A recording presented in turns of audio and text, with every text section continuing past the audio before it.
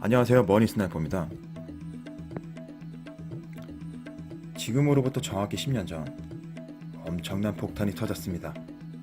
지금부터 이 폭탄에 대한 이야기를 하려 합니다.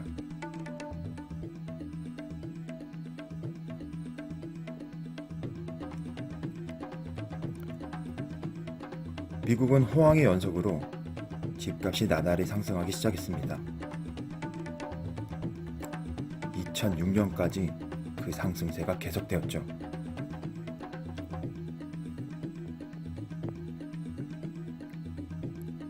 미국은 신용공화국입니다.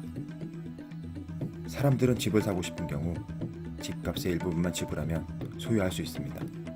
은행이 빌려주고 구매자는 이자를 내는 방식으로 소유하는 것이죠. 당시 미국의 금리는 1%로 매우 저렴한 수준이었습니다.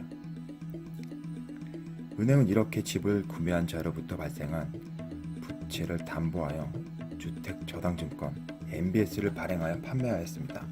채권은 불이 나게 팔렸습니다. 이자도 높고 파산 위험이 없었으니까요. MBS를 찾는 사람은 나날이 늘어났지만 집을 살 수 있는 사람은 제한적이었습니다.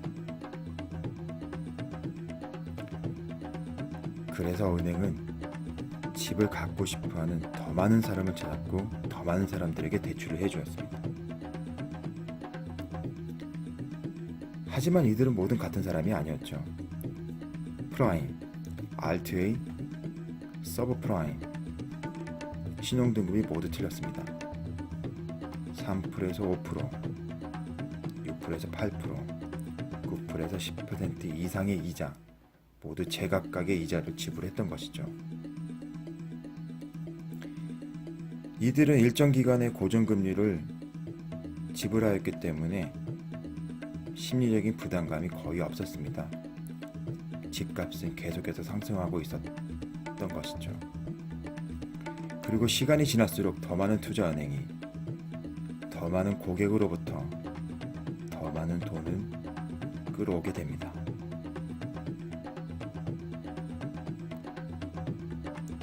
담보 잡힌 집값의 수십 배의 돈을 말이죠.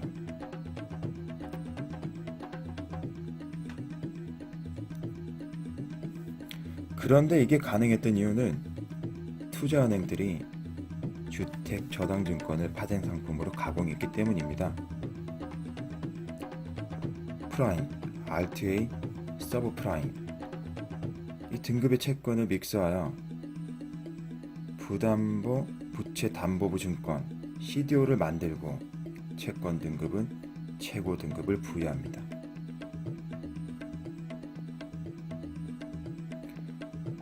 그러나 고정금리 대출자들의 금리가 변동금리로 전환되어 금리가 상승하기 시작하고 주택 가격 또한 하락하기 시작하면서 서브프라임 등급의 대출자들의 파산이 연쇄적으로 발생합니다. 이 빚잔치는 결국 폭발하게 됩니다. 서브프라임 사태의 가장 최초 발생은 미국 최고의 투자은행 베어스턴에서 발생했습니다. 직원 15,500명. 2005년에서 2007년까지 포춘지 가장 존경받는 증권회사 선정.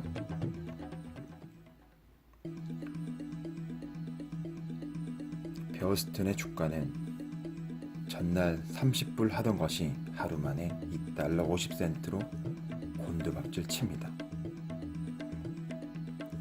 그리고 유명한 리먼 브라더스 9.11 테러 당시 본사가 세계무역센터에 있었음에도 위기를 극복한 158년의 역사를 자랑하는 회사 포춘 500대 기업 중 132위 2007년 순이익 42억 당시 환율로 3조 8천억 원 하지만 역사 속으로 사라집니다.